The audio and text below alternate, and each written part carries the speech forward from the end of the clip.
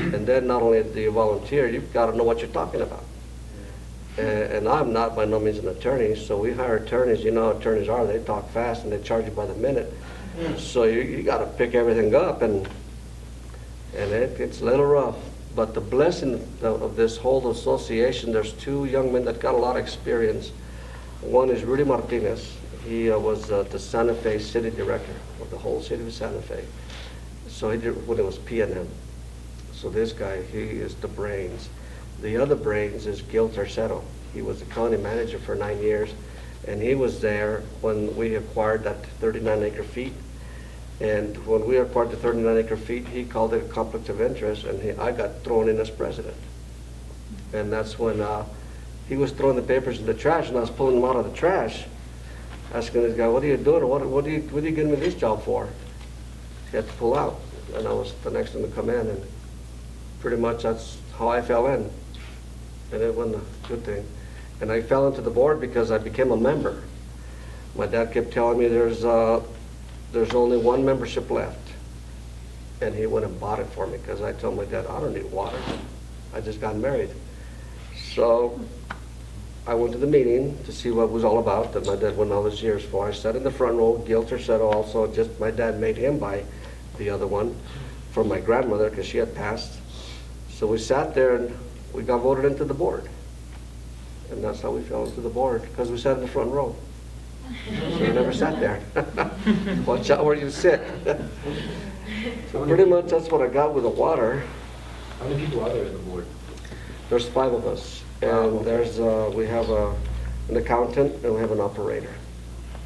And then we hire an attorneys as we need them, and we have consultants, former state engineers that we usually try to employ because of the expertise.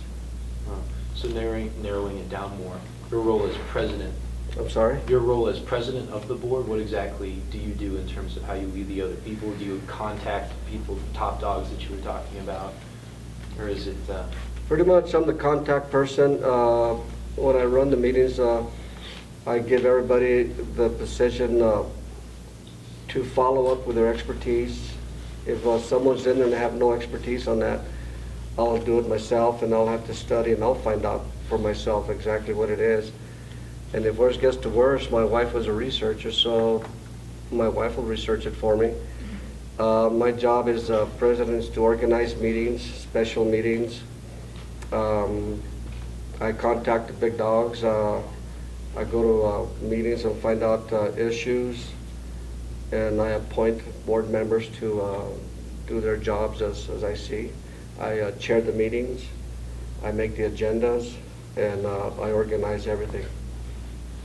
And then if I fail to do that, then my accountant's always on it for me. So I'm in contact with her every day. And pretty much I'm in contact with the board members every day. I don't let any board members not know what's going on. I'm pretty much in contact all the time. And what's it like communicating with, like, whether you're talking to somebody from the state or the council or the county?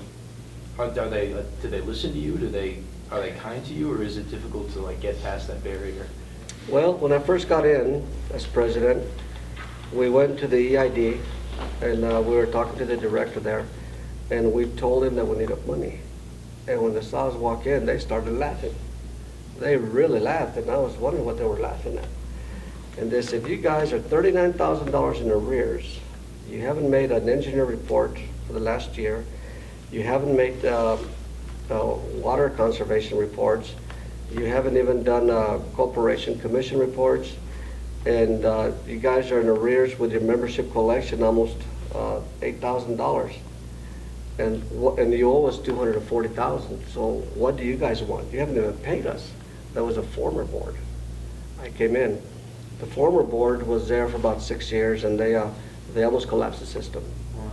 So me and this other guy, Gil Tercero, we had to run a petition of 10% of membership to make a meeting happen, and their terms were expired by 3 years, so pretty much they were very embarrassed because they didn't know what was going on in the meetings. So when we went to the EID, we sat there and talked for the longest time. I'm sorry, what's the ID? That's environmental department. The state environmental department, they handle our monies. So we went there and we went around and around with those guys for several months. So they finally settled and said, you know what, if you give us a $11,000 payment, we'll catch you guys up in payment. So after that, we had meetings every week, 4 or 5 days a week, sometimes 34 hours a day, for 2 years at least. And we got our rates up. We literally, there was a dry hole with a new pump. I mean, the old board left it in shambles. So when we were going to meetings with the state and the county, pretty much they were laughing at us. And it was rough. The beauty of it is we did our homework before we went. We'd always do our homework before we went in there. And we'd go in with a plan. Here we are 10 years later, and when Agua Fria So goes you've in... been the president for 10 years. I've been the president for 20. Wow. I've been out, I was from 80 to 88 to 95, 96, and then I got voted out, and I went back in 2001. So for those 5 years that I was out, it collapsed. I mean, it went in bad shape. It was bad, very bad. We owed the city $60,000 because we were getting supplemental water from the city, which is a line that we had put in to the city back before I got out. So now if Agua Fria Water Board goes into a meeting, we are considered the #1 Agua Fria board in the state. We are #1. And when Agua Fria goes in, they know Agua Fria knows what they're talking about. And that's who we are. And it wasn't an easy road, let me tell you.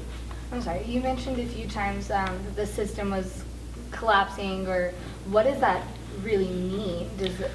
Would the board be collapsing, or is it water in Agua Fria? What's the scale of that collapse? Okay, what happened, and it's sort of a long story, but there was a lot of issues back then.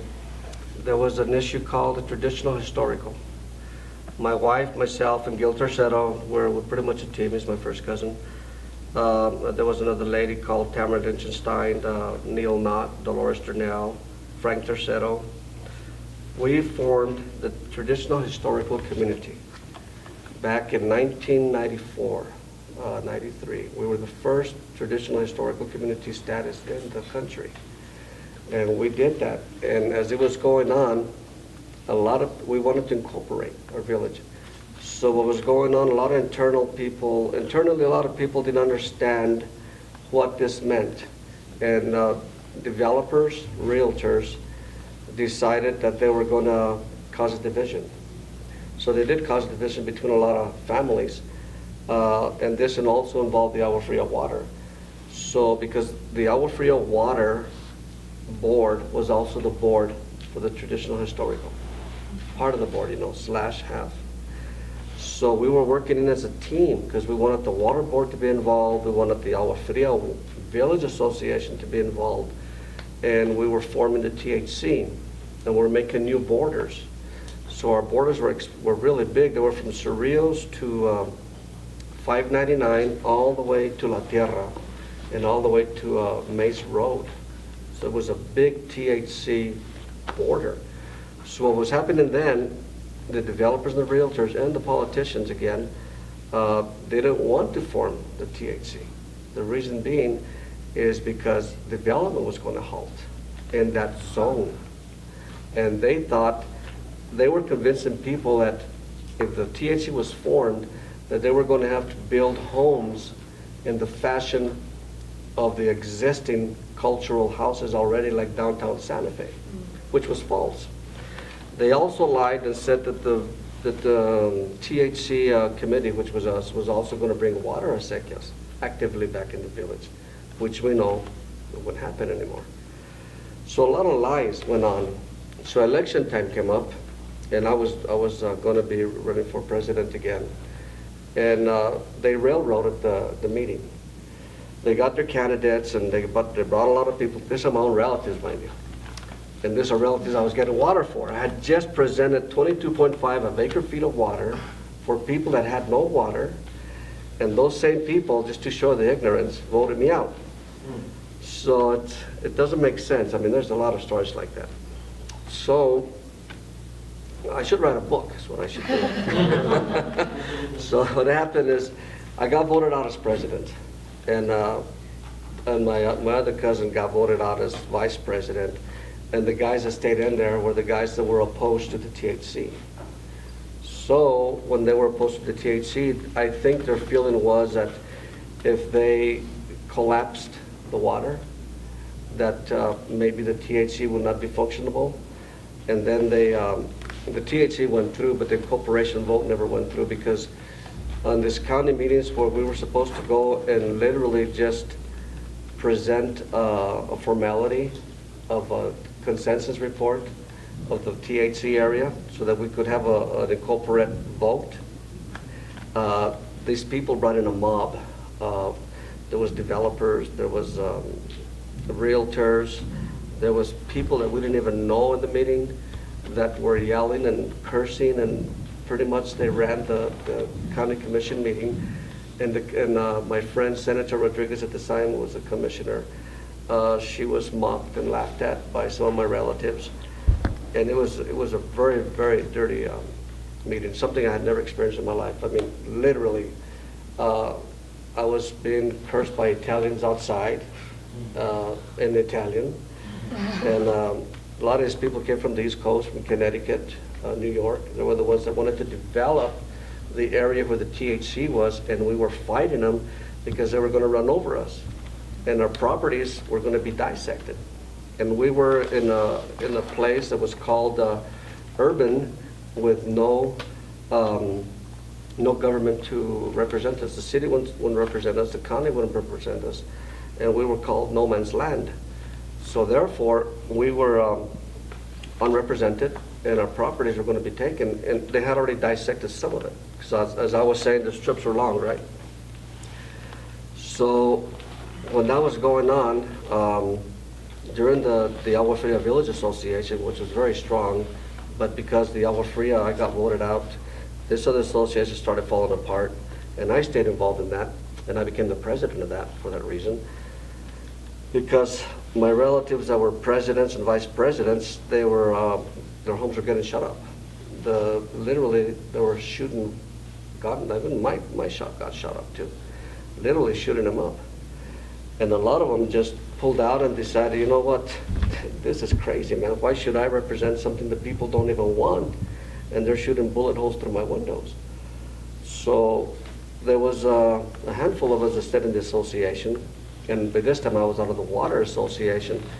So when I got out of the Water Association, these other guys, 3 particular guys stayed in, and they appointed a guy that was a non-member into the board, and he was already doing what they call movidas. Movidas is blackmail, illegal, we call it movidas in Spanish.